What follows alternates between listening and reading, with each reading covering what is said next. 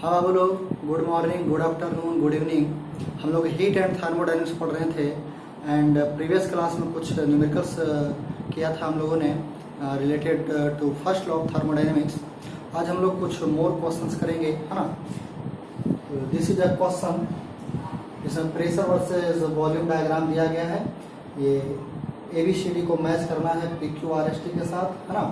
And इसका question लिखें, इसमें दिया गया है 1 mole of a monoatomic ideal gas is taken 1 mole of a monoatomic ideal gas is taken through a cycle ABCDA as shown in figure। हाँ, तो यहाँ पे देखें, अगर हम लोग बात करें, ये U लिखा हुआ है, U stands for internal energy of the gas system. Down arrow का मतलब है इंटरनल एनर्जी डिक्रीज कर रहा है, U अपवर्ड एरो का मतलब है इंटरनल एनर्जी इंक्रीज कर रहा है। तो यहाँ पे अगर देखा जाए तो internal energy, heat and work, ये तीनों टर्म से रिलेटेड हमें मैच करना है।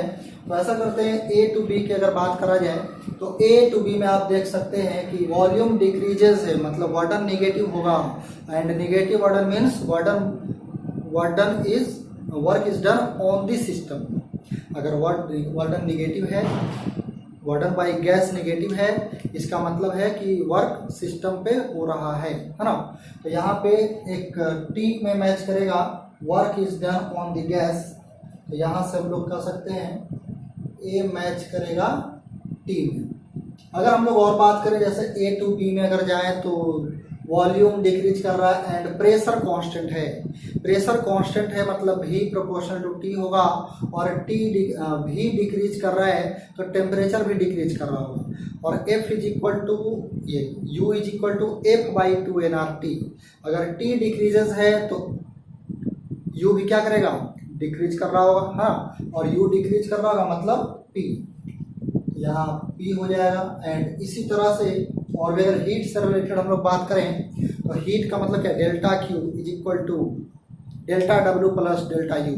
डेल्टा W निगेटिव है एंड U डिक्रीज कर रहा है। U डिक्रीज का मतलब क्या है, फाइनल माइनस इनिशियल करने पे डेल्टा U का वैल्यू जो होगा वो निगेटिव आएगा, है ना। डेल्टा U जब निगेटिव आएगा और डेल्टा W पहले से निगेटिव है तो डेल्टा Q का वैल्यू क्या हो जाएगा, निगेटिव, क्योंकि डेल्टा W भी निगेटिव है, डेल्टा U भी निगेटिव है, तो दोनों का समेशन भी निगेटिव ही आएगा। तो यहाँ पे निगेटिव आने का मतलब क्या है, heat is rejected by gas. Reject करने का मतलब क्या हुआ, हीट वो लॉस करेगा, मतलब आए।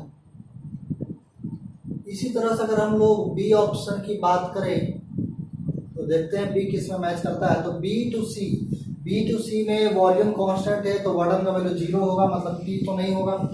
इसके बाद B to C में हम लोग अगर और बात करें तो B कांस्टेंट है, वॉल्यूम कांस्टेंट है।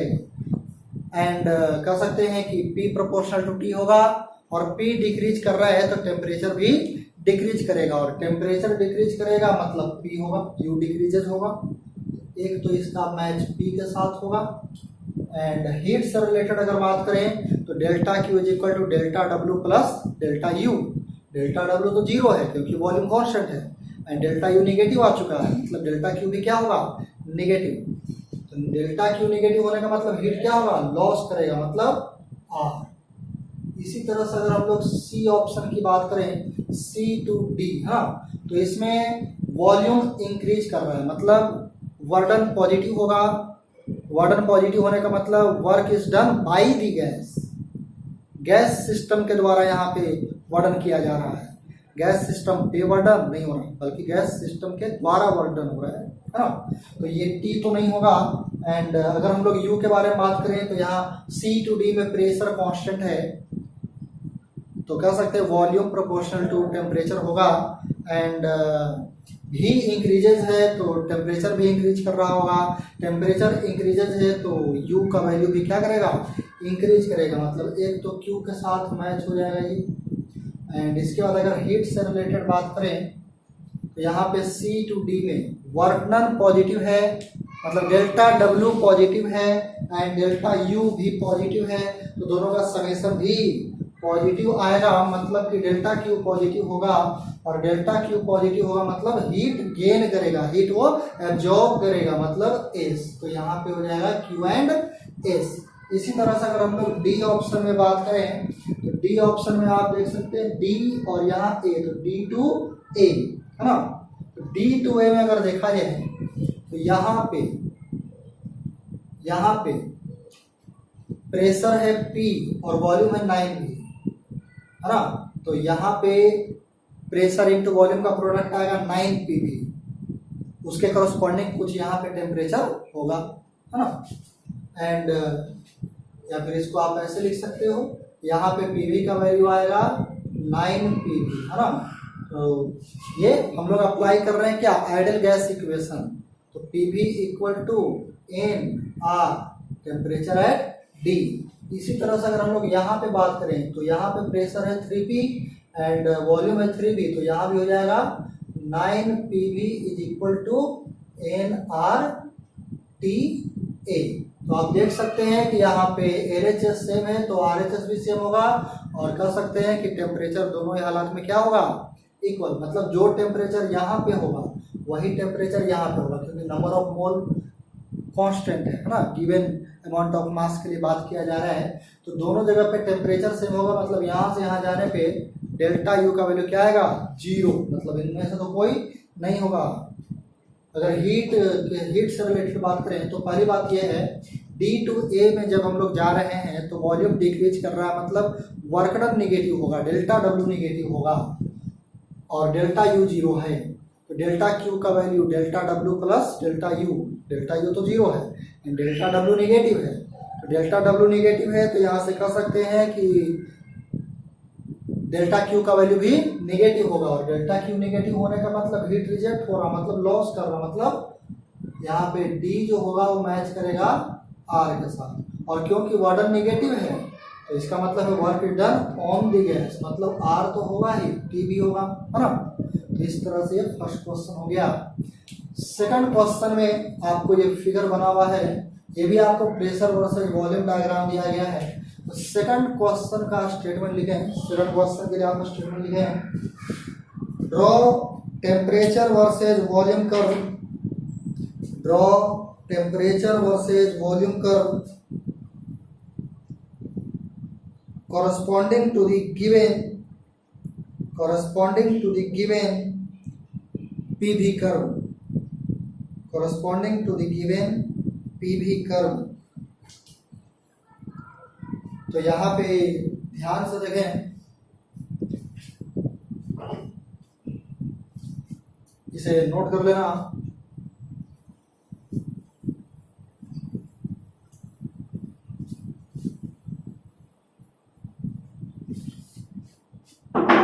हाँ, यहाँ पे ध्यान दें, हमें प्रेशर वर्सेस वॉल्यूम ग्राफ दिया हुआ है, इसे ध्यान से देखना, ये थोड़ा सा अच्छा है question.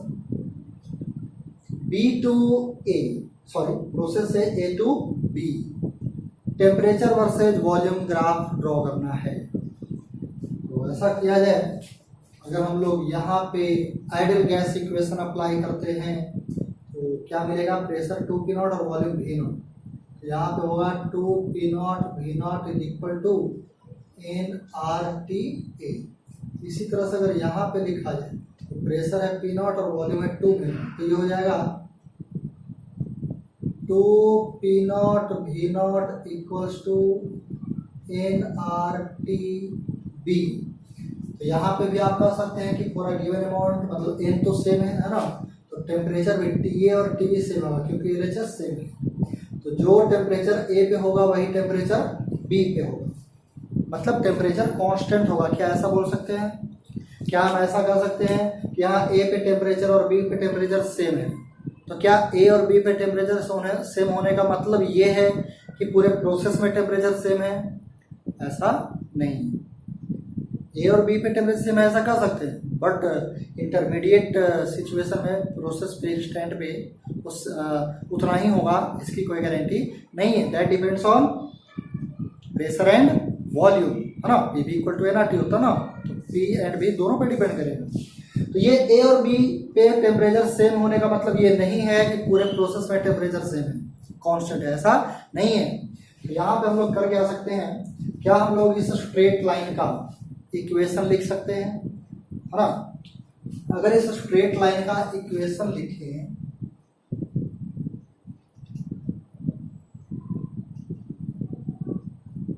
Equation of A B,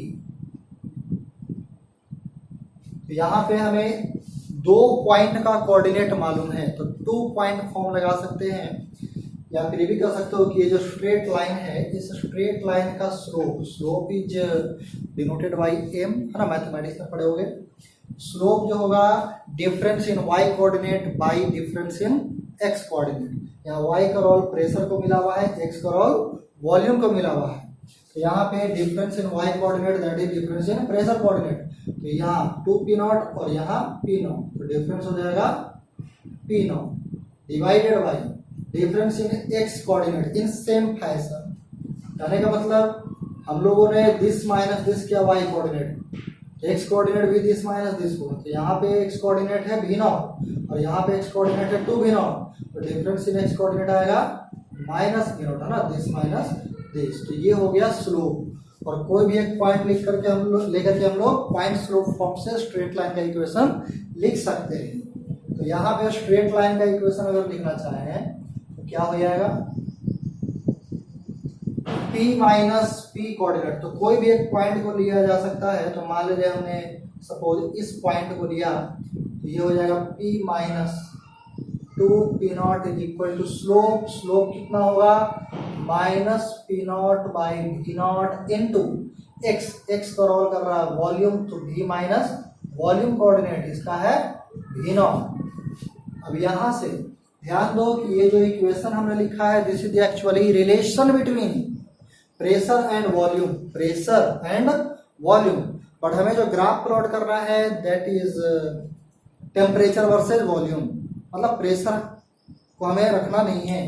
तो ऐसा करते हैं, प्रेशर को यहाँ से एलिमिनेट करके टेम्परेचर में कन्वर्ट कर लेते हैं, तो T और V में रिलेशन आ जाएगा, जिससे ये पता चल जाएगा इक्वेशन को देख कर कि आखिर कौन सा कर्व होने वाला है। तो यहाँ पे अगर P को रिप्लेस, मतलब P को क्या लिख सकते हैं, तो आइडियल गैस इक्वेशन की बात करें तो PV is equal to nRT, तो P को लिख सकते हैं nRT by V, nRT by V, और ये माइनस में राइट साइड जाएगा तो प्लस में हो जाएगा, तो ये 2p not and this into this, इसमें जब मल्टीप्लाई होगा ये तो v नॉट कैंसिल आउट और ये minus minus plus p not बचेगा, एंड दिस इनटू दिस अगर करते हैं तो minus p naught by v naught into v, तो यहाँ से आपको मिलेगा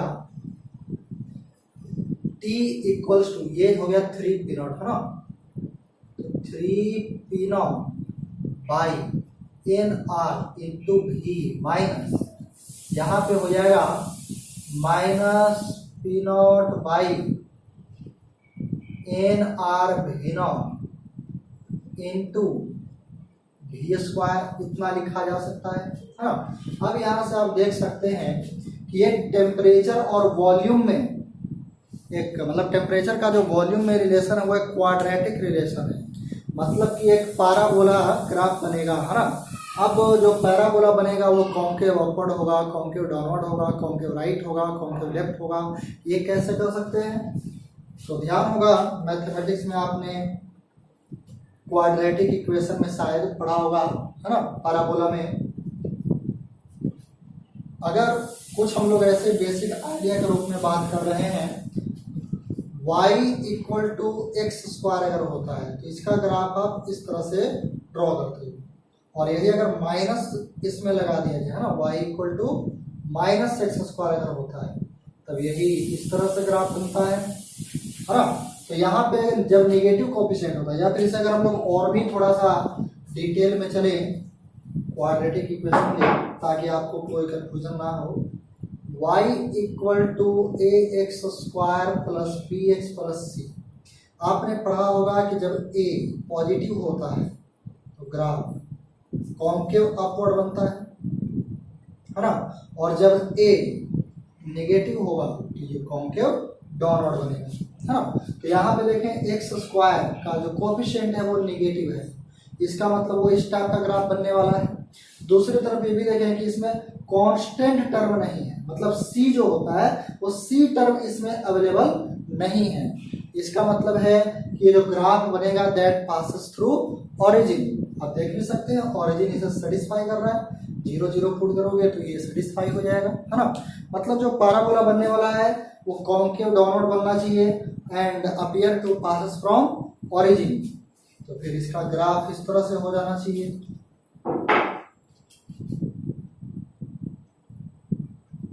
this is volume axis and this is temperature axis.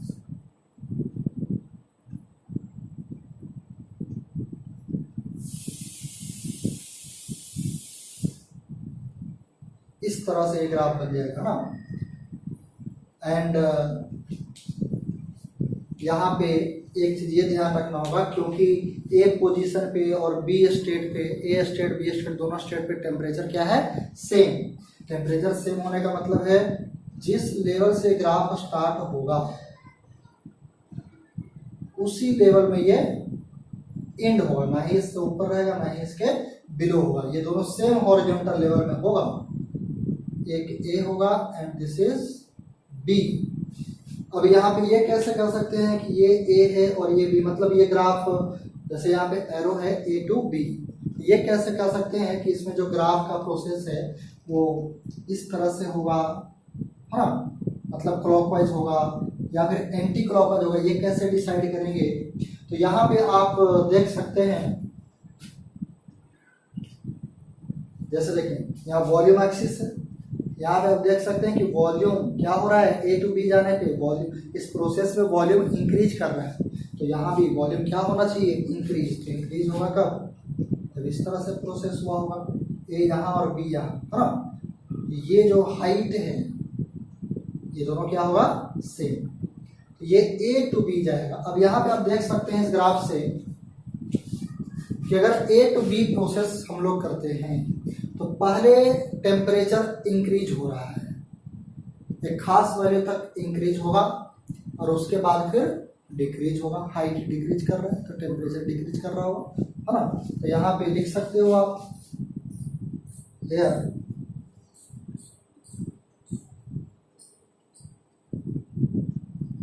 Firstly temperature increases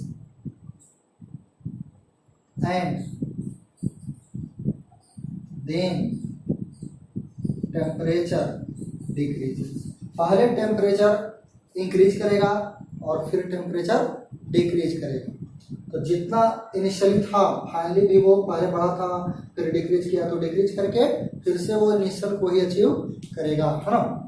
तो इस तरह से बनेगा। और ये जो ग्राफ है that appears to passes from origin, तो ये इस तरह से हो गया। नेक्स्ट क्वेश्चन लिखें। एक बात और इसमें आप कर सकते हैं, जैसे कभी कभी कुछ क्वेश्चन में आपको हो सकता है, यहाँ पर आप देख भी सकते हैं, मन में सवाल आ भी सकता है कि टेम्परेचर पहले इंक्रीज किया फिर डिक्रीज किया, तो अगर टेम्परेचर इंक्रीज किया है तो आखिर वो मैक्सिमम कितने टेम्परेचर तक गया, है ना। अगर इनिशियल टेम्परेचर वो दे देता है, ठीक है, अगर इनिशियल टेम्परेचर हमें दे दिया जाए, किसी भी पॉइंट पे दे दिया जाए टेम्परेचर और पूछ दे कि वो मैक्सिमम टेम्परेचर कितना अचीव करेगा, तो क्या वो फाइंड आउट कर सकते हैं आप लोग। ये भी पूछ सकता है कि जो मैक्सिमम टेम्परेचर, वो तो यहाँ पे पिक पॉइंट पे मैक्सिमम टेम्परेचर होगा, तो पिक पॉइंट के करस्पॉन्डिंग कुछ वॉल्यूम भी रहा होगा। तो ये भी पूछ सकता है कि मैक्सिमम टेम्परेचर तो ठीक है वो कितना होगा फाइंड आउट करें, ये भी बतलाया कि वो कितने वॉल्यूम, मतलब जिस वक्त मैक्सिमम टेम्परेचर रहा होगा उस वक्त वॉल्यूम कितना रहा होगा, उस वक्त प्रेशर कितना रहा होगा, ये भी पूछ सकता था, हाँ। तो उसके लिए आप यहाँ पे क्या करना होगा, अगर टेम्परेचर पता करना हो या वॉल्यूम पता करना हो फॉर मैक्सिमम टेम्परेचर, तो यहाँ पे टेम्परेचर और वॉल्यूम में रिलेशन आया हुआ है। आप मैक्सिमम टेम्परेचर के लिए इसे डिफरेंशिएट कर सकते हैं, डिफरेंशिएट करके 0 से इक्वेट करेंगे, है ना, डिफरेंशियल कोएफिशिएंट को 0 पुट करेंगे, वहाँ से आप देख सकते हो कि भी फाइंड आउट हो जाएगा। तो जो भी भी आएगा at that volume temperature is maximum, और उस वॉल्यूम को जब इसमें पुट करोगे तो आपको मैक्सिमम टेम्परेचर का वैल्यू मिल जाएगा। एंड उसी वॉल्यूम को जब आप इस एक्सप्रेशन में पुट करोगे तो आपको मैक्सिमम ये उस समय प्रेशर का वैल्यू मिल जाएगा, है ना। तो इस तरह से मैथमेटिकली हम लोग सॉल्व कर सकते हैं। इसके बाद नेक्स्ट क्वेश्चन लिखें, sample of an ideal gas, sample of an ideal gas bracket में लिखे हैं degree of freedom equal to 5, small f that is degree of freedom equal to 5, bracket close, is heated at constant pressure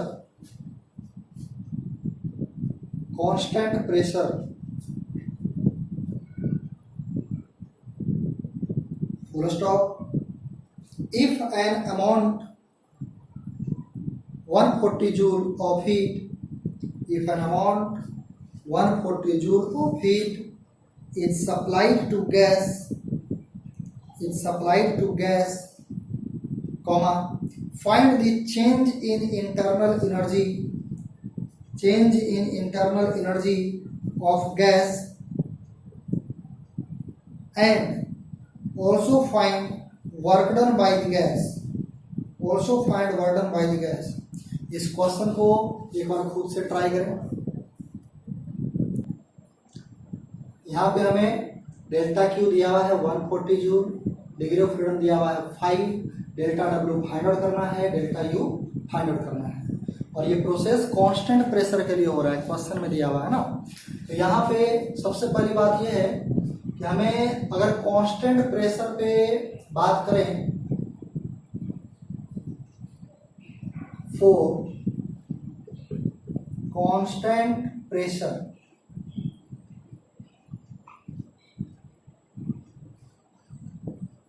delta Q is equal to लिख सकते हैं N C P delta T, है ना, and delta U is equal to N C B delta T. ध्यान होगा ये formula, ये जो हमने लिखा ये कांस्टेंट प्रेशर के लिए लिखा, ये हमने कांस्टेंट के लिए नहीं लिखा, ये किसी भी, आपको ध्यान होगा delta U is equal to N C B delta T बताया था, ऑलवेज होता है, कोई भी प्रोसेस हो delta U is equal to N C B delta T आप अप्लाई कर सकते हो किसी भी प्रोसेस के लिए, है ना।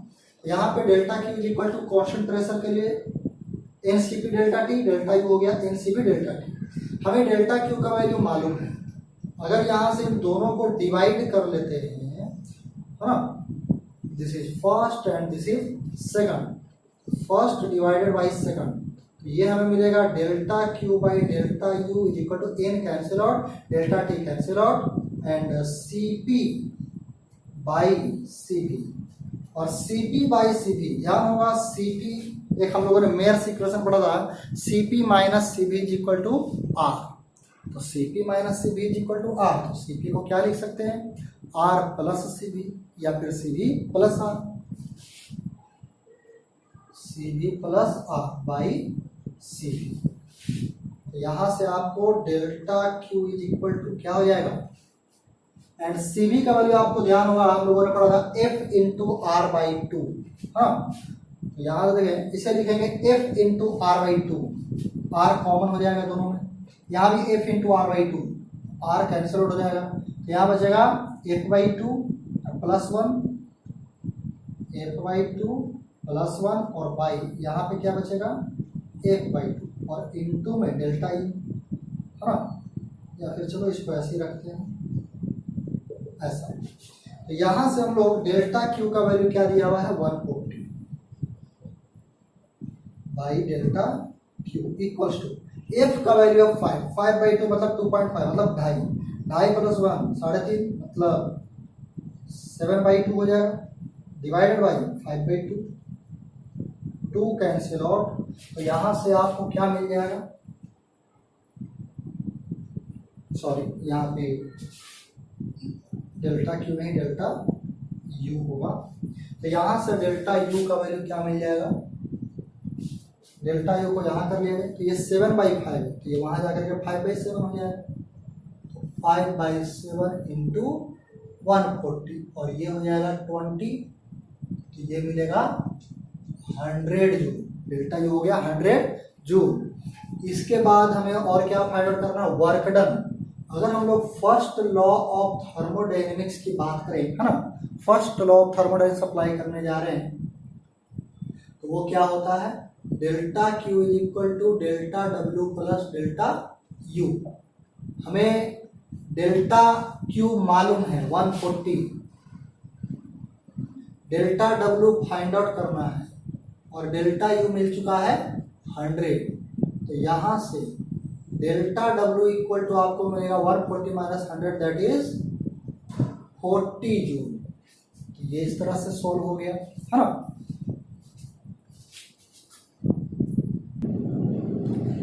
नेक्स्ट क्वेश्चन लिखें, यहाँ बोर्ड पे दिया हुआ है ना, प्रेशर वर्सेस वॉल्यूम डायग्राम है एंड दिस इज ऑप्शन। इसमें क्वेश्चन लिखें, find the correct option for the given thermodynamic process. Find the correct option for the given thermodynamic process of which molar heat capacity is C. Of which molar heat capacity is C. इसे एक बार खुद से try कर लें। यहाँ पे आप देख सकते हैं हमें रिलेशन फाइंड आउट करना है C एंड Cv के बीच। C हो गया in general molar heat capacity and Cv हो गया molar heat capacity at constant volume. इन दोनों के बीच रिलेशन फाइंड आउट करना है। यहाँ पे अगर हम लोग फर्स्ट लॉ ऑफ थर्मोडायनेमिक्स की बात करें तो delta Q is equal to delta W plus delta U लिख सकते हैं, है ना। एंड अब यहाँ पे ये जो प्रोसेस है ये ना तो कांस्टेंट प्रेशर है ना ही कांस्टेंट वॉल्यूम है, ऐसा है ना, ऐसा तो कुछ है नहीं। ये जो डेल्टा क्यू है इसे NCP डेल्टा टी तो लिख नहीं सकते क्योंकि कांस्टेंट प्रेशर है नहीं इस प्रोसेस में। NCV डेल्टा टी लिख नहीं सकते इसे क्योंकि कांस्टेंट वॉल्यूम नहीं है। तो इन जनरल इसे NC डेल्टा टी लिख सकते हैं,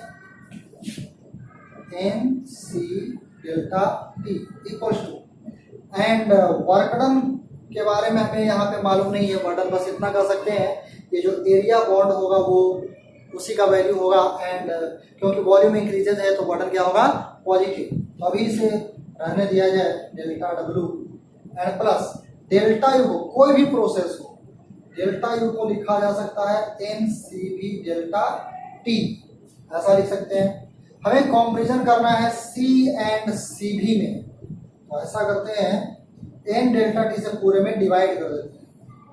C इक्वल्स टू यहाँ n डेल्टा टी से डिवाइड करेंगे तो CV मिलेगा एंड प्लस में डेल्टा W और डिवाइड में हो जाएगा n डेल्टा टी। इस तरह का एक्सप्रेशन आएगा। हमें इन दोनों में कंपैरिजन करना है ना। तो यहाँ से ये तो दिख रहा है कि C और CV इक्वल नहीं है, मतलब A ऑप्शन तो नहीं होगा। C is equal CV plus something है, CV में कुछ ऐड। अब ये जो ऐड क्वांटिटी है वो पॉजिटिव है या नेगेटिव वो थोड़ा चेक कर लिया जाए। तो वर्क डन पॉजिटिव है। ये जो डेल्टा डब्ल्यू फ्रॉम फिगर आप देख सकते हो वॉल्यूम इंक्रीजिंग है तो ये डेल्टा डब्ल्यू क्या होगा positive. Number of mole positive.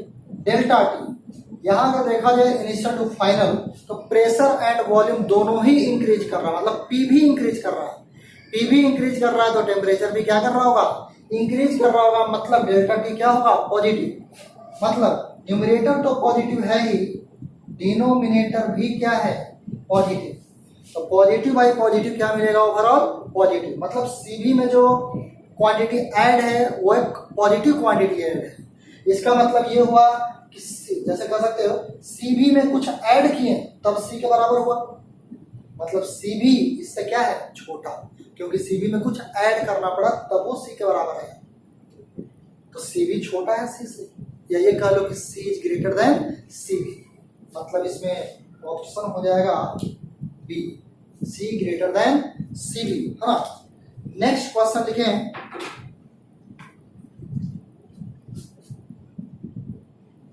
Pressure versus temperature graph. Pressure versus temperature graph of an ideal gas is shown in the figure. Full stop. Density of gas at point A. Density of gas at point A is rho naught. Full stop. Find the density of gas at B. Find the density of gas at B. इसका diagram कुछ ऐसा दिया गया है।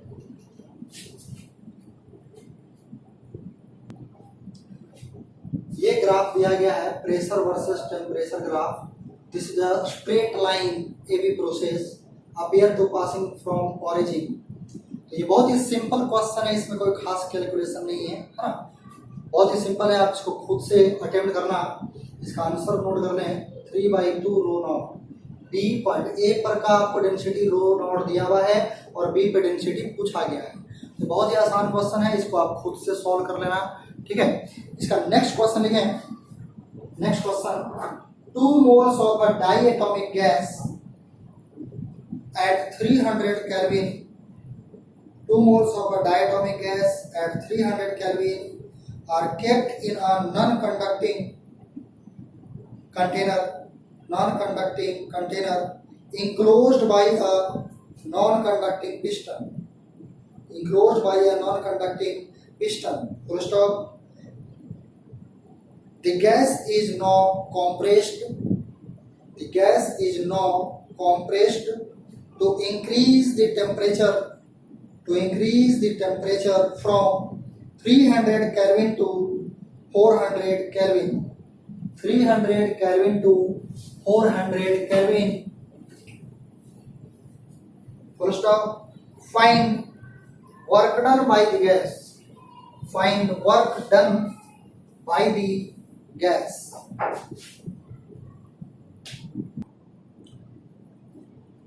इस तरह से यहाँ पे कंटेनर दिया गया है। एक सिलेंड्रिकल कंटेनर है, क्वेश्चन में दिया हुआ this is the piston. Question में बोला है ये जो वॉल है, कंटेनर जो है वो नॉन कंडक्टिंग वॉल का बना हुआ है और पिस्टन भी नॉन कंडक्टिंग है। मतलब ये हुआ कि सिस्टम एंड सराउंडिंग विच कोई एक्सचेंज ऑफ हीट यहाँ पे नहीं हो पाएगा। तो कोई एक्सचेंज ऑफ हीट नहीं होगा, मतलब यहाँ पे डेल्टा क्यू क्या हो जाएगा, 0। And we have to find work done by the gas. First law of thermodynamics का अगर बात करें, according to first law of thermodynamics, delta Q is equal to delta W plus delta you.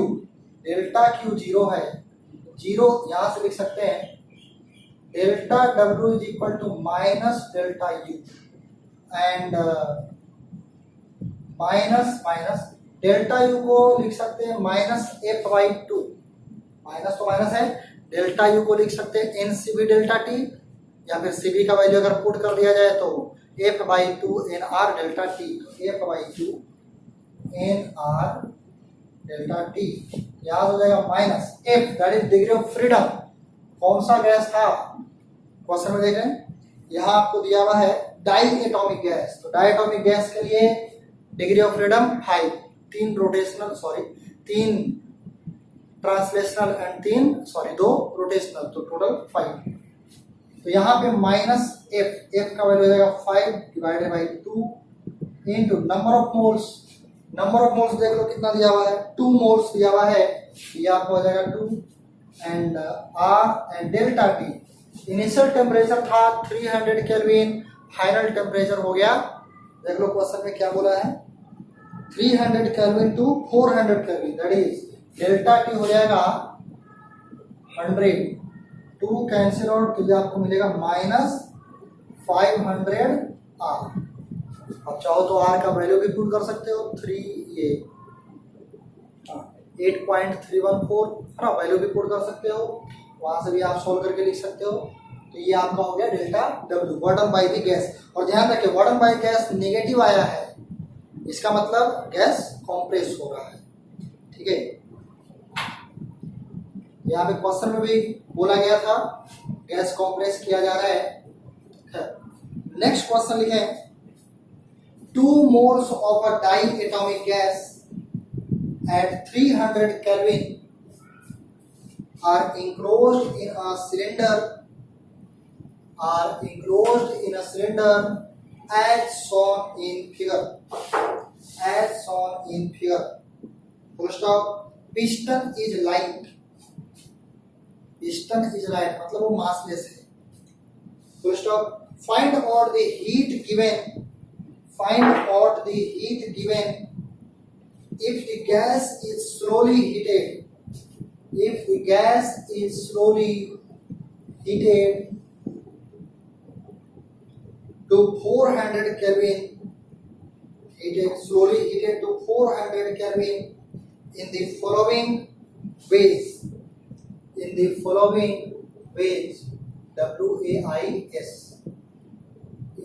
following ways.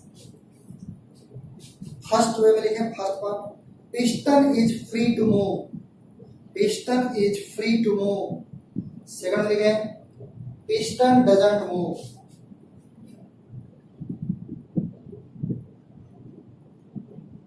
इस तरह का diagram दिया गया है।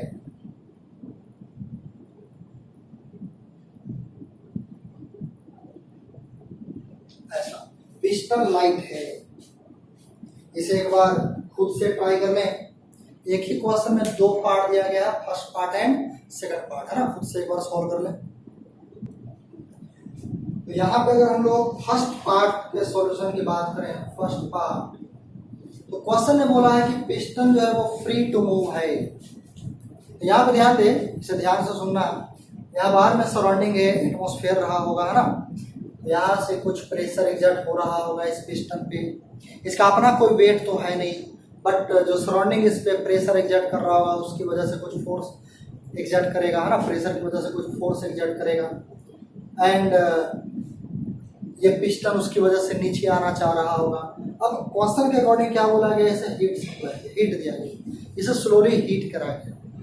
अगर इसे स्लोली हीट करा गया है तो यहाँ पे क्या होगा, ये जो है हीट देने की वजह से वो जो हीट है किस फॉर्म में कन्वर्ट होना चाहा होगा, कुछ उसका पार्ट वर्डन के फॉर्म में कन्वर्ट होना चाहा होगा। मतलब ये जो गैस है वो कुछ वर्डन करना चाहा होगा। वर्डन करना चाहा होगा मतलब क्या, वो गैस इसको अपवर्ड और भी ज़्यादा फोर्स अप्लाई करने की कोशिश किया होगा, है ना।